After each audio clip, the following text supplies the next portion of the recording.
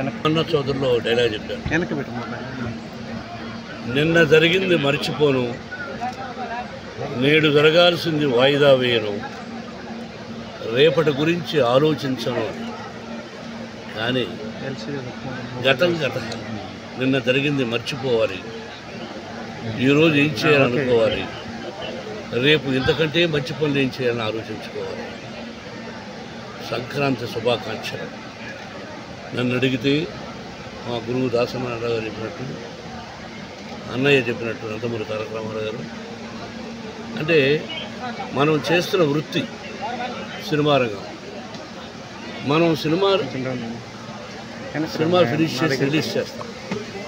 మన cinema hit అయితేనే మనకు నిజమైన పండుగ.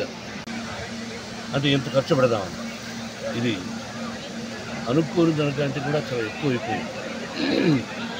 2 సార్లు న్యూజిలాండ్ వెళ్ళడం, ఆ తర్వాత ఇంకా మిగతా చోట్లకి వెళ్ళడం, గ్రాఫిక్స్ విపరీతంగా ఖర్చు పెట్టాం.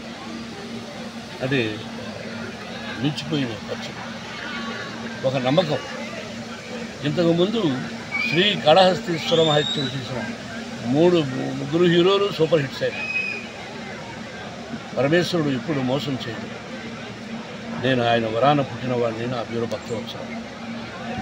Success failure is common. కానీ ఈ సినిమా అత్యద్భుతమైన విజయాన్ని సాధించాలని ప్రకృతిని వేడుకుంటూ ప్రజల ఆశీస్సులు కావాలి. ఎప్పుడా నేను చూస్తున్నారు. ఏప్రిల్ 25 ముహూర్తం పెట్టాడు విష్ణువర్ధన్ బాబు. భగవంతుని ఆశీస్సులతో కన్నప్ప గొప్ప విజయాన్ని సాధిస్తుందని, ప్రజల ఆశీస్సులు కావాలని, అభిమానుల ఆశీస్సులు కావాలని మనసా వాచా కోరుకుంటాను. చాలా సంతోషం బ్రదర్. Thank you.